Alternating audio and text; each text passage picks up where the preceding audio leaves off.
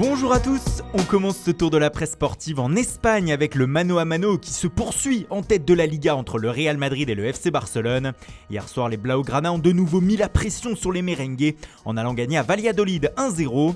Ils reviennent donc à 1 point de leur meilleur ennemi et ne se rendent pas pour le quotidien sport.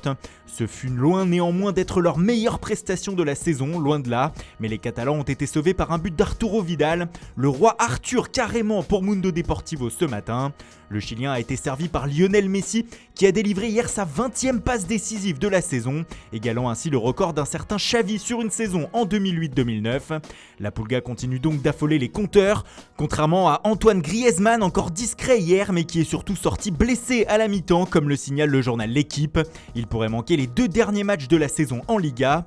Pour être complet sur le championnat espagnol, sachez que l'Atlético de Madrid a assuré sa place en Ligue des Champions la saison prochaine après sa victoire 1-0 contre le Betis hier. Diego Costa a libéré les siens, comme le précise Estadio Deportivo ce matin. En Italie, la course au titre semble jouer depuis hier soir. En effet, la Juventus, par miracle, a arraché un match nul 2-2 contre l'Atalanta ce samedi soir. Le tout avec 2 pénaltys de Cristiano Ronaldo, dont un à la 90e minute. Du coup, pour les journaux du pays ce matin, on y est presque. Le 8e titre consécutif de la vieille dame est à portée de main. Avec 8 points d'avance sur la Lazio, c'est presque fait selon la Gazzetta dello Sport. Même chose pour Tuttosport qui écrit que les Turinois ont les mains sur le Scudetto. Même titre pour le Corriere dello Sport. Mais tous ces journaux ne manque pas de saluer la prestation sublime de l'Atalanta hier. Dominatrice, la DA a mené 2 fois au score et n'a dû s'incliner que face à Cristiano Ronaldo. Le Portugais en est désormais à 28 buts en Serie A cette saison. La Juventus est toute proche du sacre, surtout parce que la Lazio a encore éclaté, comme l'écrit l'édition romaine du Corriere dello Sport, hier à domicile contre Sassuolo. En fin d'après-midi, les Laziale ont été battus 2-1 sur leur pelouse et ont sans doute dit adieu au Scudetto avec ce revers. Surtout, ils ont fragilisé leur 2e place qui pourrait être reprise par l'Inter en cas de succès des interistes demain. Dans le dernier match de ce samedi en Italie, la Roma s'est baladée sur la pelouse de Brescia 3-0, grâce notamment au retour en forme de son prodige Nicolo Zaniolo, auteur d'un but. C'est retour vers le futur pour Il Romanista ce matin. La Roma est 5e. En Angleterre, fin du suspense aussi pour la 2e place de la Premier League. Avec une nouvelle démonstration sur la pelouse de Brighton 5-0, Manchester City a définitivement assuré sa place de dauphin de Liverpool cette saison. Pour le Manchester Evening News, les Citizens ont goûté à la légère brise côtière du sud de l'Angleterre. Et après ce bon bol d'air frais, sont rentrés à la maison les valises pleines de buts et de bons souvenirs. En revanche, ça s'est mal passé pour 2 clubs hier. Norwich déjà balayé 4-0 sur sa pelouse par West Ham et qui est officiellement relégué en Championship.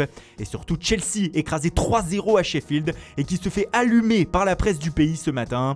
Pour le Sunday Telegraph, les Blues ont vécu un naufrage hier.